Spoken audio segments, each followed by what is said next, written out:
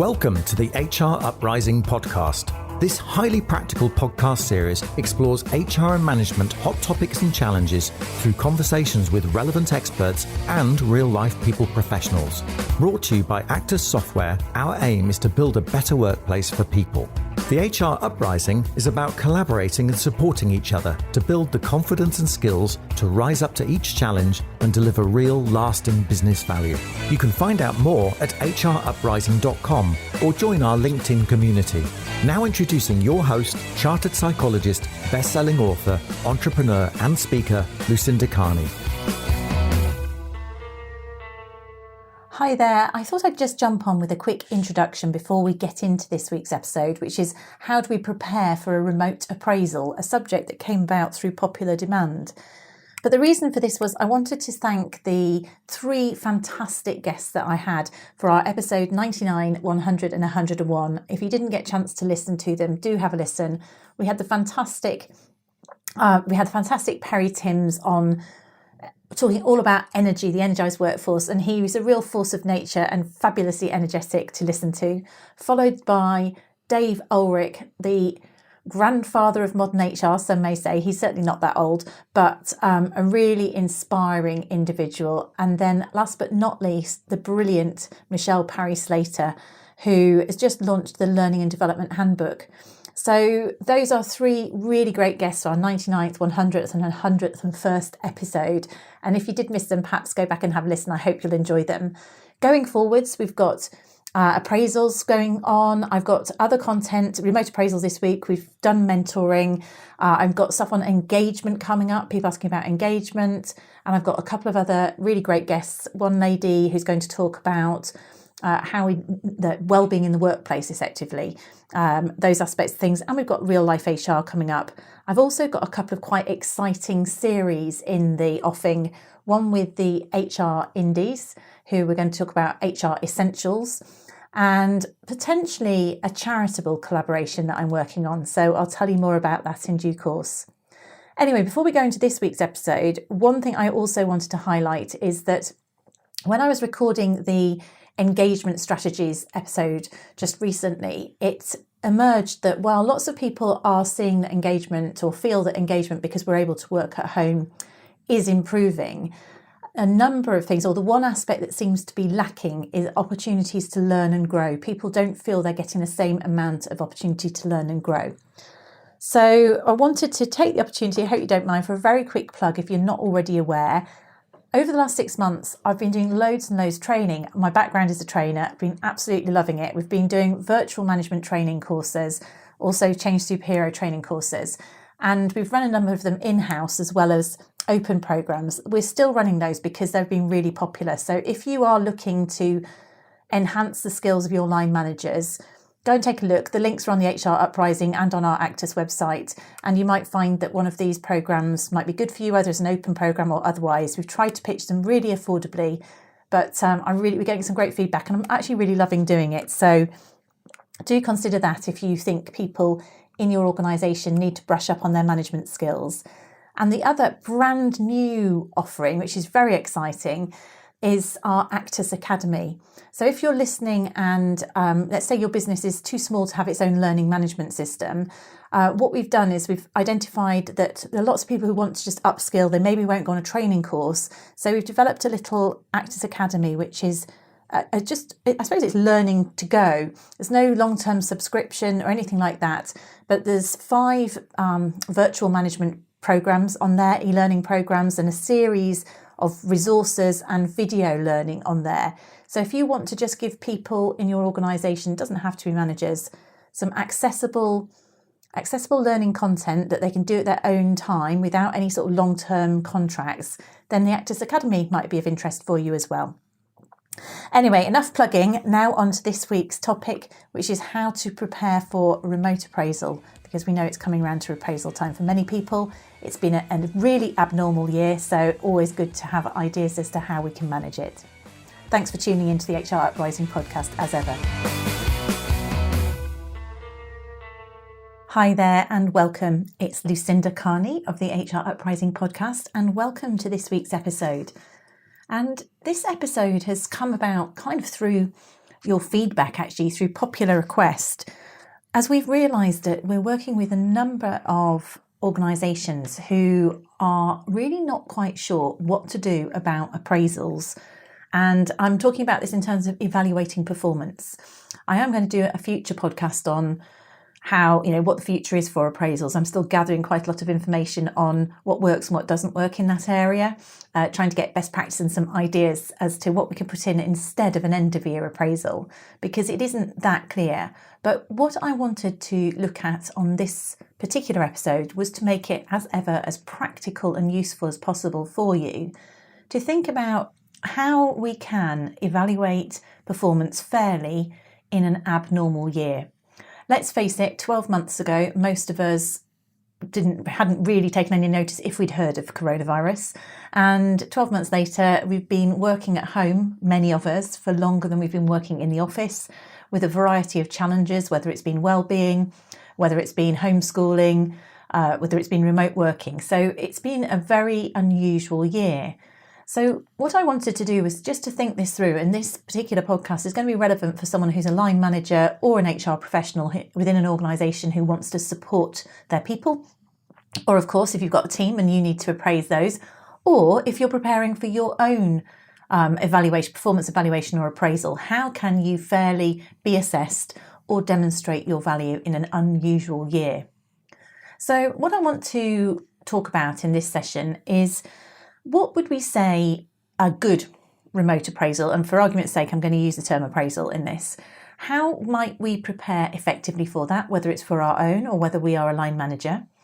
How do we gather evidence? And, we talk about appraisal, to be able to demonstrate your performance, we need to have behavioural evidence of performing. So how might we gather that remotely? And how can we encourage accountability and the importance of this, I suppose, for people, helping them to perform, but helping them to demonstrate accountability in showing you what they've done to perform this year.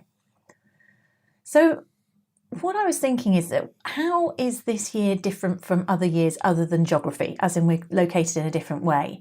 And in many ways, I'd say actually 70% of it is the same, but we might not realise it because of how it feels. So in any evaluation year, we would be able to gather 5 sources of evidence. And in this unusual year, I would say we have 6. So what are those sources of evidence? Well, the first one is, of course, performance against defined objectives and milestones. And that usually is the main piece of evidence that you'd look at if you're regarding somebody's performance. Of course, if we don't have defined objectives and milestones, that makes it a little bit more complicated. I'll run through them all in turn, then I'll come back and discuss each one in more detail, because I know it's easier to absorb on a podcast that way. So the second one is also thinking about outputs or deliverables that we've seen evidence of, and that might be different to what was agreed as objectives. Third one is behaviours that we've seen or heard from people. Fourth one is the feedback from customers or colleagues. That might be formal or informal. Fifth one is the individual's own opinion and their feedback as to how they think they've got on. And then the sixth one that I think is, I suppose it's a bit of a combination with number 2 in terms of the outputs, is the one that is unusual for this year, although you could argue it's something that might exist in other years, is mitigating circumstances. I guess in other years, it would be only a very occasional person that would have had some mitigating circumstances that you might take into account, whereas in this year, everybody has to some extent. So if we were to think about this, what might we say in terms of the sort of things we need to consider in relation to objectives? So if you're coming up to an appraisal for yourself or for others, and you are going to consider how someone has performed against their objectives, then we have to take a few things into account. And when I ran this as a poll, it was very interesting because actually, unfortunately, I found that a number of the challenges that we might have had with objectives were in place for people, and I'll share the statistics with you. The first one was no objectives were set in the first place. Now, that I've been banging on about that for years, and whatever we feel about objectives, behavioural science is very clear that objectives and feedback is what drives performance. And when we carried this out on a webinar, I had about 150 people on it. almost 25% of people said actually it was really hard for them to evaluate performance because there weren't any objectives in the first place. And it went up to about 35% if you added in the second point, which is if there were objectives, they were poorly written or defined. So they weren't smart. They weren't really worth the paper it's written on. So that's a real shame, isn't it? And the reality is, if those hadn't been established effectively or reviewed over the course of the year, so even if you had defined some objectives, let's say the previous year you had some clear smart objectives that you were working to, as soon as we moved to home working, it is possible that we took our eye off the ball. Other distractions arose. The manager might have taken their eye off the ball. We took our eye off the ball and forgot about what we were there to achieve. It is also possible, of course, that we were unable to achieve them. So let's say that your main customer had to furlough all their staff, then that is going to affect your ability to drive revenue from them, for argument's sake. But what's interesting about this is that only one out of those 4 issues or challenges with objectives when we're evaluating performance, only one of them, circumstances genuinely outside the individual's control, only one of those is something that is related to the exceptional year we've had. The others were basically bad management, bad habits that we have as an organisation. We've just completed our survey of management preferences, the difference between remote management and in-house management, in-office management. And 95% of people felt that it's different, slightly different, or very different was the figures that came through. But one quote I thought was really interesting is that they said that if you're a bad manager in a face-to-face environment, you're a terrible manager in a remote environment. And I think that's it. We might have got away with not setting objectives, being quite tactical when we were working face-to-face. You get away with telling people what to do, being a bit more directive or day-to-day transactional. But in these circumstances, it's not good enough. And that's not all down to the individual, is it? So hopefully you aren't in the position yourself there, but that's the first one to consider. Were your objectives smart in the first place? If they were, did you have legitimate distractions that took your eye off the ball? Were you guided back on the ball by your boss or not? Or were there genuine circumstances that stopped your ability to achieve? Now, the next area I like to look at is what I'm calling unplanned outputs. And this is an interesting one, I think, because this might be when you're coming to appraisal, your team member might come to you and say, I didn't achieve my objectives, but do you know what I did do? And the real question is whether it was something that was huge value. So I think you've got to ask yourself, if they are presenting you with things that they didn't achieve a defined objective in the documentation, but they achieved a whole number of other things, your questions are, had we been organised and discussed this, would we consider that these should have qualified as new objectives? First question. So had I been on the ball, would I have actually changed objectives to reflect one of these because they are necessary or of value to the business? So were they necessary? Were they valuable to the business? Or the flip side of it is, were they at the expense of achieving defined objectives? Because occasionally people might have done things which are displacement activities. They may seem quite nice at the time, but they might have been done in place of actually doing the hard work.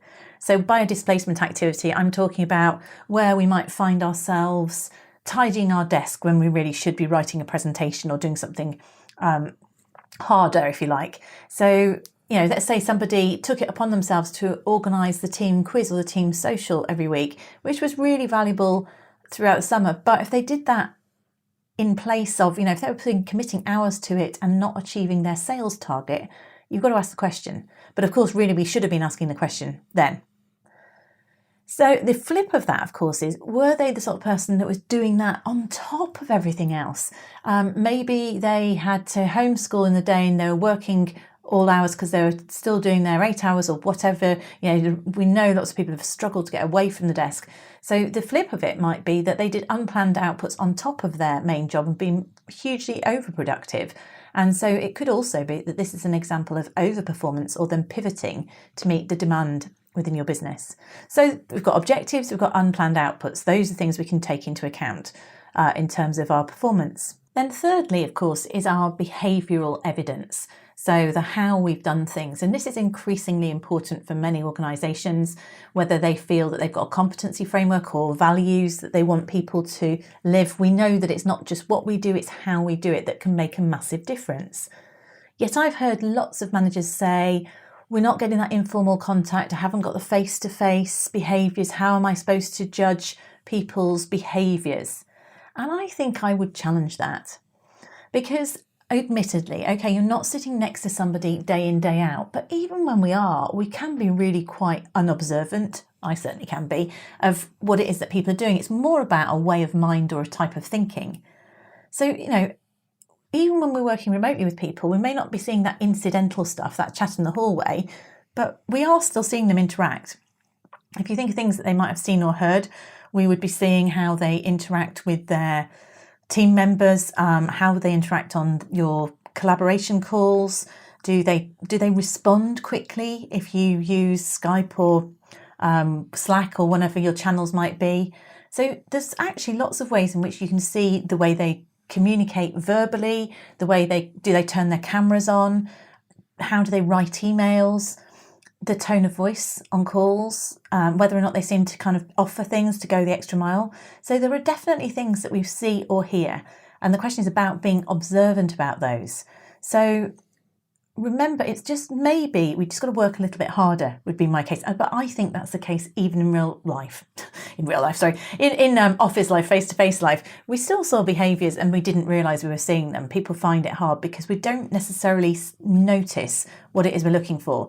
The easiest key here is making sure that you do have some sort of framework or examples of what it is you're looking for, and of course asking the individual how they think they're doing. There's also, with behavioural evidence, it doesn't have to be just us. You can also include specific feedback from colleagues, and we've always got to be wary about that, but we can look for other people's comments on that to see whether or not how they're finding people. But we do need to make sure that those are really specific. So by specific, I'm saying letting you know the situation, the specific behaviour, the activity and the impact of that, which is a specific way of giving feedback really that we train people to do. So we've got our 1, 2, 3 here, and then of course we've got our other information sources, which linking into this feedback from others. So depending on how you operate as an organisation, you might do this formally, you might have a 360 feedback process, you might contact people directly, you may have some sort of recognition scheme where you can go and look at the feedback that people have had from others, or you might just have a quiet word with key stakeholders or survey them. So there's lots of ways we can get feedback from others. What we need to be careful about with that is to make sure that it's genuinely objective and it is specific. So if they say, oh, that person is great at or terrible at, that's a judgment. What we need to elicit from that feedback is what specific examples have we got of them being great at, or what made it great? What exactly did they do or say that made something great or helpful? So we can give that granular feedback, which helps people to have that total clarity. Now, of course, the main area, and really I would probably start with this one, particularly in a working remote environment, is I would want to know from the individual how they think they got on, because let's face it, they've been with themselves 24/7. So all of these areas, I would want them to have a view on how they think they've performed against their objectives, how they think they've performed against behavioural values or competencies, any additional outputs that they think, their interactions with key stakeholders. So I would want them to present me with behavioural examples of what they think they've done in terms of their performance, and teach them to be as productive and as specific as possible with that. What we want to make sure is that they feel really supported to share that. And although I suppose I've been a bit tough in some of these things I'm saying, we've got to be objective. We can't just say, oh, don't worry, it was a COVID. Well, we can, but it's not ideal to go, oh, it's a COVID year, don't worry about X, Y, Z. To a certain extent, yes, we're all in the same boat of that respect, but we do need to still be objective and ensure that people are being well managed, and to decide whether or not any mitigating circumstances that have been the case for them, whether that person requires additional recognition, or whether in fact we need to go, that isn't good enough. So we should have that awareness as to how real mitigating circumstances are. But not to say that you're necessarily going to want to be ridiculously tough on the person. No one's had an easy year, but we need to be supportive and objective, and that means having a coaching style when we're talking to people about how they got on.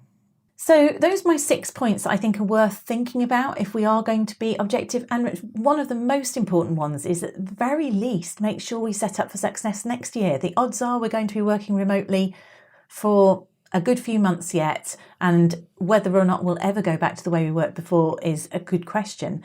And even if we do, having clear objectives, milestones, smaller chunked objectives, which is one of the main things that people said they needed, and a good strong personal relationship with our people is really, really important in terms of helping to see us through this difficult time.